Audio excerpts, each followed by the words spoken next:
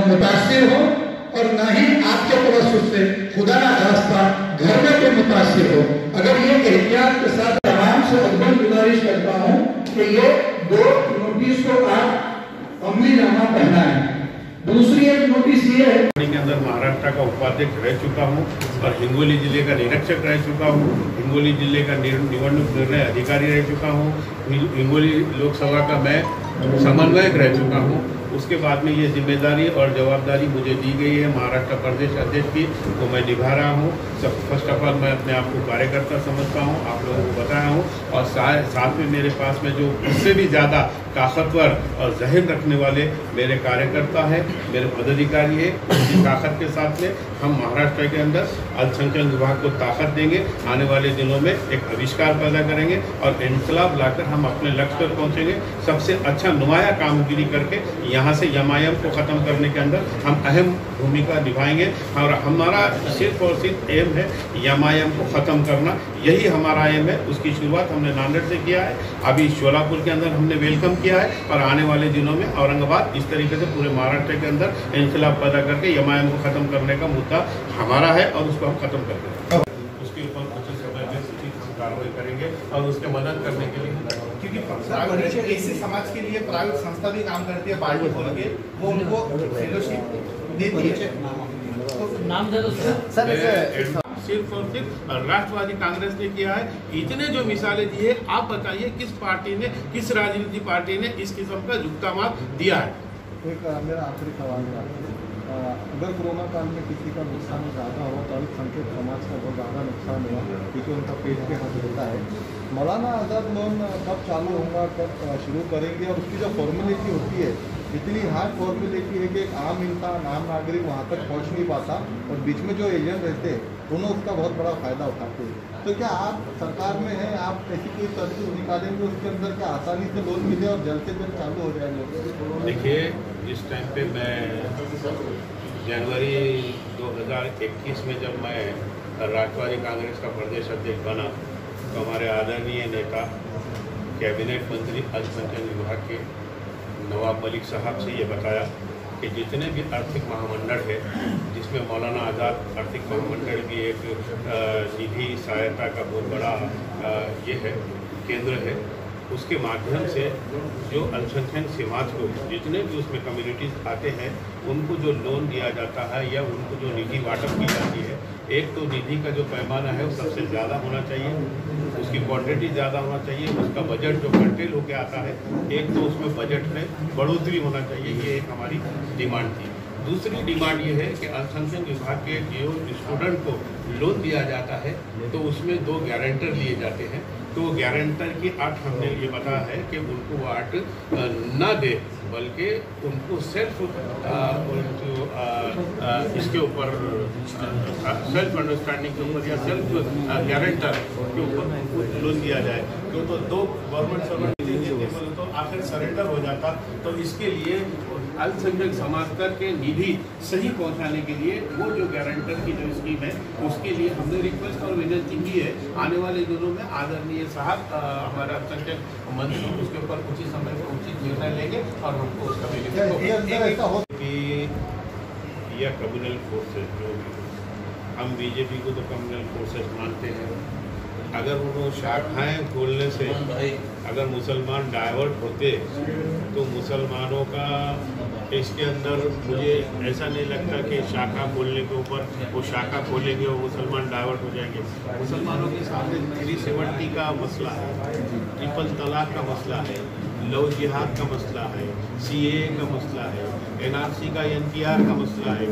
ये भूलकर उनके शाखा खोलने के ऊपर उनके ऊपर डाइवर्ट हो जाएंगे मुसलमान, ये ऐसा पॉसिबल नहीं है। मोहम्मद साहब, जैसे कि आपने लेकर जाया गया है जिसको सबसे बड़ा जिम्मेदार राष्ट्रवादी को समझा जा रहा है, मराठवाड़े के साथ में बहुत बड़ी नाइंसाफ़ी हुई, ऐसा MIM का कहना है, आप क्या करेंगे? नहीं, नाइंसाफ़ी बोल तो राष्ट्रवादी का इसमें कोई रोल नहीं है। ये चर्चा का विषय है और गलत चर्चा का विषय है और इसके अंदर ऐसा कुछ होने वाला नहीं है। और कैसा है सस्ती शोहरत के लिए, वोट अपनी बटोरने के लिए या कुछ भी लाइमलाइट में रहने के लिए इस तरीके से कोई पार्टी अगर जो उसका फायदा उठाना चाहती तो उसके बारे में। लेकिन अगर औरंगाबाद शहर में आता तो पूरे मराठवाड़े के जो स्पोर्ट्समैन हैं उनको जो है तो बहुत बड़ा फायदा बेनिफिट और मराठवाड़े को एक नई पहचान मिलती थी यहाँ पे। किसको? स्पोर्ट्स यूनिवर्सिटी मंजूर औरंगाबाद में हुई थी, वो पूना लेके चले गए अजीत पवार ने। देखिए, इस मामले के अंदर मैं आपको बता रहा हूँ उचित समय पे उचित निर्णय लिया जाएगा और औरंगाबाद का कोई बोलने का मतलब इस तरीके के डिसीजन जो चर्चा है ये चर्चा का विषय है, इसके ऊपर मैं कुछ कहना चाहता हूँ। हाल ही में आपने पदभार संभाला है, पहली मरतबा औरंगाबाद में दौरा है आपका, और यहाँ पर कुछ ही महीनों में महानगर पालिका की चुनाव आने वाली है और यहाँ पर एमआईएम का दबदबा है। क्या इनको फाइट करने के लिए कुछ प्रोग्राम है राष्ट्रवादी के पास, माइनॉरिटीज को आकर्षित करने? माइनॉरिटी का वोट चला गया है एमआईएम की तरफ। देखिए, एमआईएम को ही हम अपना दुश्मन समझते हैं। हमारा टारगेट अगर महाराष्ट्र में कोई है राष्ट्रवादी कांग्रेस पार्टी का अल्पसंख्यक समाज का तो वो एमआईएम है। इसको जड़ से खत्म करने का काम हमने नांदेड़ से शुरू किया है। महानगर पालिका के इलेक्शन में, कारपोरेशन के इलेक्शन में और तमाम इलेक्शंस के अंदर उनका हमने डिपॉजिट जब्त किया। दूसरी बात, हम परसों 14 तारीख को हमारे इसके अंदर शोलापुर में एमआईएम के काफ़ी संख्या में लोग, 100 की संख्या में लोग पदाधिकारी और मेंबर हमारी पार्टी में आए हैं। मैं उनका भी वेलकम करता हूं और उनको भी बोलने का मतलब हमारे पास में मान सम्मान दिया जाएगा। वो समझ चुके हैं कि अगर जो कोई मान सम्मान और सेकुलर पार्टी है तो वो राष्ट्रवादी कांग्रेस पार्टी है। इसीलिए देर आए दुरुस्त आए, घर उनकी वापसी हुई है। हम उनका खैर मकदम करते हैं, आहलन सहलन वेलकम करते हैं और आने वाले दिनों में उनको हमारे राष्ट्रवादी कांग्रेस के अंदर काम करने का मौका मिलेगा और साथ ही साथ मान सम्मान मिलेगा। अल्पसंख्यक समाज का जो वोट बैंक है वो खिसकता जा रहा है राष्ट्रवादी से, तो क्या देने वाले हैं अल्पसंख्यक को? आरक्षण दे दीजिए ना फिर। देखिए, खिसकता जा रहा है ऐसा कोई है नहीं बात। आप आने वाले दिनों में विधानसभा के इलेक्शन है या महानगर पालिका के इलेक्शन है, ग्राम पंचायत से लेके महानगर पालिका, नगर पालिका और विधानसभा के अंदर आने वाले दिनों में आप राष्ट्रवादी कांग्रेस के हमारे तमाम कार्यकर्ता और पदाधिकारियों का जो उल्लेखनीय काम है ये पावती के तौर पर आने वाले रिजल्ट के आपको दिख जाएगा कि हमने क्या काम किया है। मुस्लिम आरक्षण दे दीजिए ना फिर, सरकार फैसला क्यों नहीं ले रही? ये देखिए, ये सरकार का काम है, ये सेंट्रल गवर्नमेंट और महाराष्ट्र सरकार के तरफ से इसके ऊपर तत्परता के साथ काम किया जा रहा है। हम मराठा आरक्षण के भी फेवर में है और मुस्लिम आरक्षण भी मिलना चाहिए, इसके भी फेवर में है और ये हमारे आला नेतागण इसके ऊपर विचार विमर्श कर रहे हैं। ये काम आएगी बहुत एज अर्ली एज पॉसिबल सुलझ जाएगा। उसमें राष्ट्रवादी कहीं नजर नहीं है, आगे नहीं बढ़ी। राष्ट्रवादी ही सबसे ज्यादा मदद की है कोरोना, राष्ट्रवादी का सबसे ज़्यादा योगदान है पूरे क्षेत्र के अंदर। हमारे लोगों ने यानी कि मेडिसिन से लेकर हमारे आदरणीय राजेश टोपे भैया, इनका जो योगदान है ये उल्लेखनीय योगदान है। ये कोई तारीफ के मोहताज तो है नहीं। इन्होंने जो कार्य किया है वो एक उल्लेखनीय कार्य किया है। महाराष्ट्र के घर घर और हर हॉस्पिटल में डोर टू डोर जाकर इन्होंने मदद किया है, मेडिसिन के माध्यम से और फाइनेंशियल एड के माध्यम से। और साथ ही साथ हमारे जितने भी राष्ट्रवादी कांग्रेस के कार्यकर्ता है, पदाधिकारी है, इन्होंने मरीजों की मदद नहीं की बल्कि अचानक जिनकी कोरोना से मौत हो गई है उनकी तदफीन की, उनकी क्रियाक्रम का भी ज्यादा से ज्यादा योगदान राष्ट्रवादी कांग्रेस पार्टी के पदाधिकारी और कार्यकर्ताओं ने किया है। इसलिए एक उल्लेखनीय काम है। मेरे तमाम कार्यकर्ता और पदाधिकारी जिन्होंने योगदान दिया है और साथ ही साथ हमारे आदरणीय हेल्थ मिनिस्टर राजेश भैया टोपे साहब को और उनकी तमाम टीम को मैं सैल्यूट करता हूँ।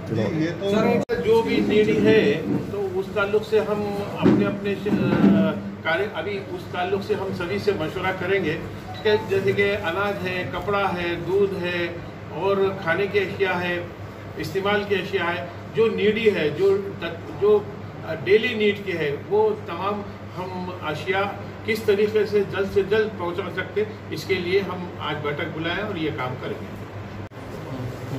राष्ट्रवादी कांग्रेस अल्पसंख्यक विभाग के तरफ से जो हमारे प्रदेश के अंदर अतिवृष्टि के कारण जान हानि और मान हानि कोकण के सभी ज़िले मुतासिर हुए हैं और पश्चिम महाराष्ट्र के सभी ज़िले मुतासिर हुए हैं।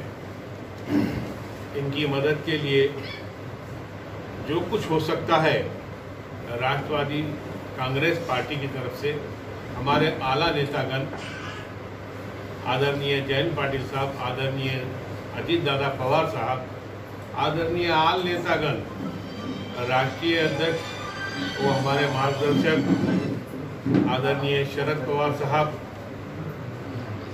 के आदेश का पालन करते हुए, उनके निर्देश का पालन करते हुए पूरे प्रदेश के अंदर राष्ट्रवादी कांग्रेस पार्टी की आल टीम, हर विंग की टीम अपने अपने तौर तरीके से लश्कर के साथ में कोकण और पश्चिम महाराष्ट्र में विराजमान है और मदद का जो बात हो सकता है, मदद जितनी हो सकती है वो करने के लिए सभी बोलने का मतलब कटिबद्ध है।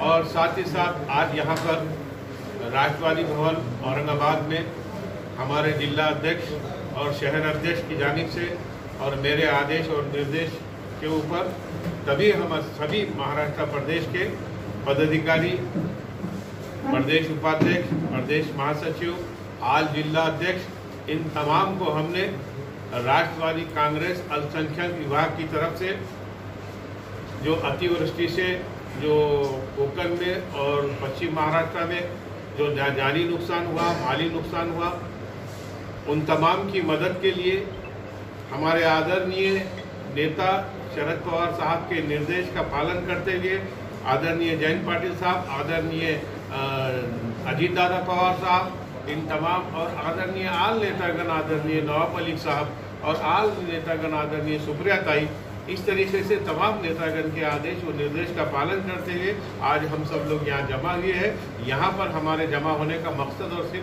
सिर्फ यही है कि जो लोगों का जानी नुकसान हुआ, माली नुकसान हुआ, जिनका जानी नुकसान का तो वो सब अल्लाह की तरफ की बात है कि उसमें हम कुछ नहीं कर सकते, लेकिन जितना हो सकता है, जो हमसे ड्रेसिंग हो सकती है, जो कुछ भी मरहम लगा सकते हैं, जो फाइनेंशियल जितना हम मदद कर सकते हैं और चाहे अशिया की शक्ल में, तो ये सारी चीज़ों का अड़ावा बैठक और हमारे कार्यकर्ताओं की अड़ावा बैठक औरंगाबाद जिले की, इस तरीके से महाराष्ट्र भर की कार्यकर्ताओं की अड़ावा बैठक भी है, साथ ही साथ लेने जा रहे हैं। और इस अड़ावा बैठक में और ये अतिवृष्टि की जो मदद की बैठक में हमने ये निर्देश दिया है, सैनिटाइज़र का ज़्यादा से ज़्यादा इस्तेमाल हो, मास्क का इस्तेमाल हो, डिस्टेंस मेंटेन हो, ये सारी चीज़ों का कटिबद्ध रहते हुए इस अड़ावा बैठक को हम इंशाअल्लाह कामयाब बनाएंगे। और हमारा मकसद और सिर्फ मकसद यही है कि हम मदद करने के लिए हमारे तमाम पदाधिकारी और कार्यकर्ता आज जमा हुए हैं। नहीं, मदद हिस्सा है राष्ट्रवादी भी, सरकार की तरफ से क्या मदद पहुंचाई गई अभी तक? सरकार की तरफ से जो मदद पहुंचाई गई है वो आए दिन आपने देखा है, सुना है टीवी पे और प्रिंट मीडिया और इलेक्ट्रॉनिक मीडिया में आप घोषणा जो भी आदरणीय नेतागण, आदरणीय मंत्री महोदय ने किया है वो तो आपने सुना है, वो चर्चा का विषय नहीं है। अच्छा, ठीक। देखिए, ये जो आपदा है ये भी दुखदायी आपदा है, लेकिन